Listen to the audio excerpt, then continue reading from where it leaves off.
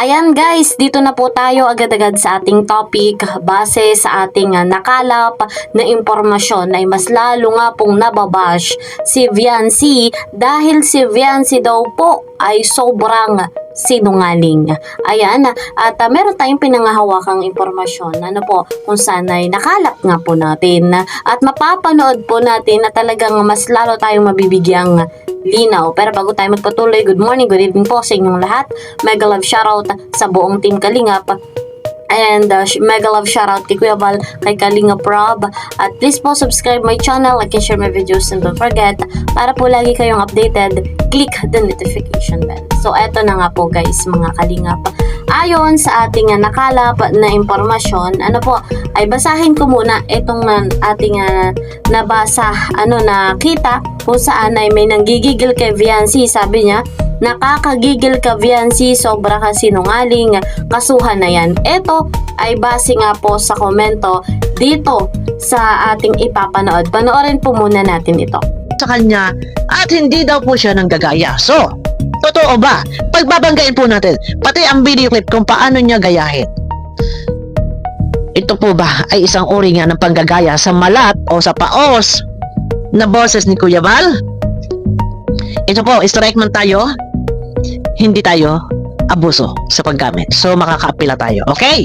Eto na, pakinggang mabuti ha? Pakinggang mabuti. Please lang huwag niyo turuan si Bia na ganyan. Wala man pong tuturo sa happy end.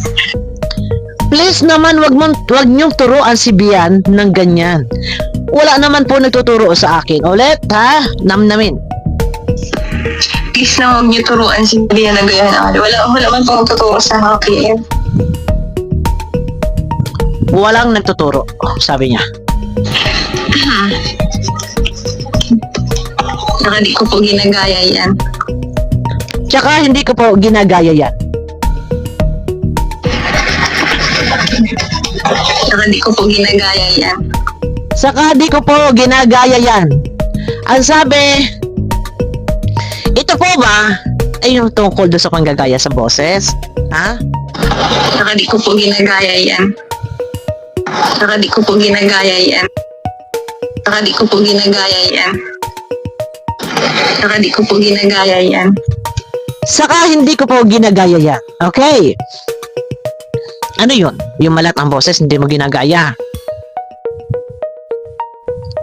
Walang naturo sa'yo.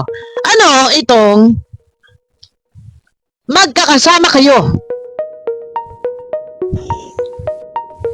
nang pumunta dyan si Kapeso? Pakinggan mabuti, ha?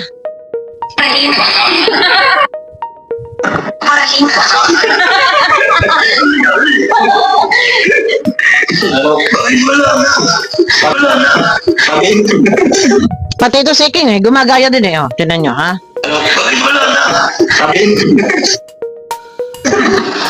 Ay, sama-sama mo lang ako tinanong. Diba? Tawanan, panggagaya. Narinig nyo yung unang intro? Narinig nyo yung kay Iking? Narinig nyo ito kay Kapeso? Hindi ginagaya. Anong tawag dito?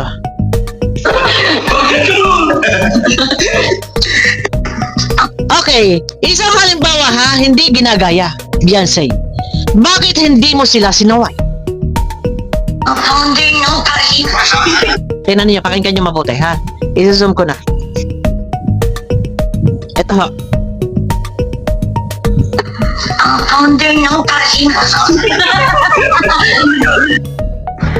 Please lang huwag niyo turuan si Bia na ganyan. Wala man pong tuturo sa happy end. Wala raw nagtuturo. Saka di ko po ginagaya yan. Tsaka hindi ko po ginagaya yan. Hindi ko po ginagaya yan.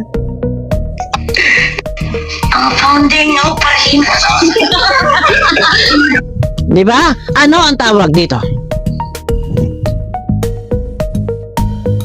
Sino ginagaya mo? Si Kapeso? Nagtatanong lang ako. So, sino ginagaya ni Kapeso? Ang tinatawag niyang hari. So, yung ginagawa ni Kapeso, ginawa mo din. So, sabihin na natin hindi ka ng gaya, okay? Pero malinaw na malinaw eh. Ha? Ulit. Hindi nyo kain. Ulit. Founding no pa rin. Okay, ulit. Ang founding no pa rin. Kung hindi ka nagagaya pero pangita, sinong ginagaya mo? Hindi raw siya nanggagaya. Okay, sige, sabihin na natin ginagaya. That time na naka-live, bakit hindi mo man lang sinaway? Uy, mo kayong ganyan. Respeto naman. Kasi imposible hindi mo alam kung sino ang ginagaya ni Kapeso. Di ba? Imposible hindi mo alam yan kung sino ang ginagaya niya. Sabi na natin hindi ka nagagaya pero pangita dito. Ang founding no pa rin. Tawa-tawa pa ha. Enjoy na enjoy. Ang sarap niyo tumawa. Di ba?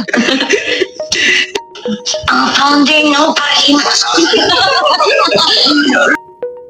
So ayun guys, napanood ninyo mula kay Madam Bopil.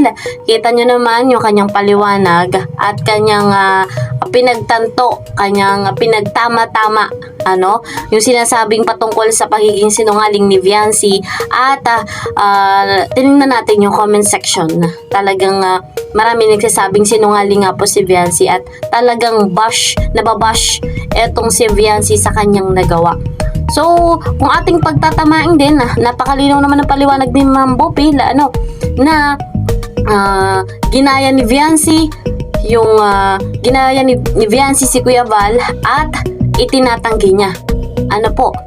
Kitang-kita ng buong mundo kung paano niya ginaya. Kitang-kita ng mga sumusuporta sa kanya, pati mga basher niya, kitang-kita. Ngayon ay kanyang itinatanggi na hindi niya nga daw po ginagaya, wala nga daw po nagtuturo sa kanya ng mga gagawin niya. Malinaw yung kanyang pagkakasabi. So, doon pa lang ay nasasabihan talaga siya ng mga viewers na sobrang sinungaling. Hindi makokontrol yung ganung tao na mag-comment dahil nakikita nila.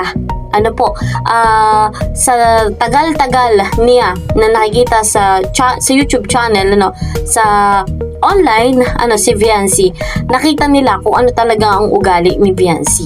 At sa ganung paraan ay nasabihan na sobrang sinungaling. So malinaw naman na kahit kayo, anong masasabi nyo, guys, mga kalingap, sa ganung pagkakataon, ginaya niya at itinanggi niya na hindi niya nga daw po ginaya. So ganun pa man, wala tayong ibang hiling kundi kaayusan at kapayapaan kung ano man ang kalalabasan ng bawat ginagawang aksyon ni Kuya Val at ni Kalingap Rap. Susuportahan natin, lalo na at napakabuti po ng kanilang layunin.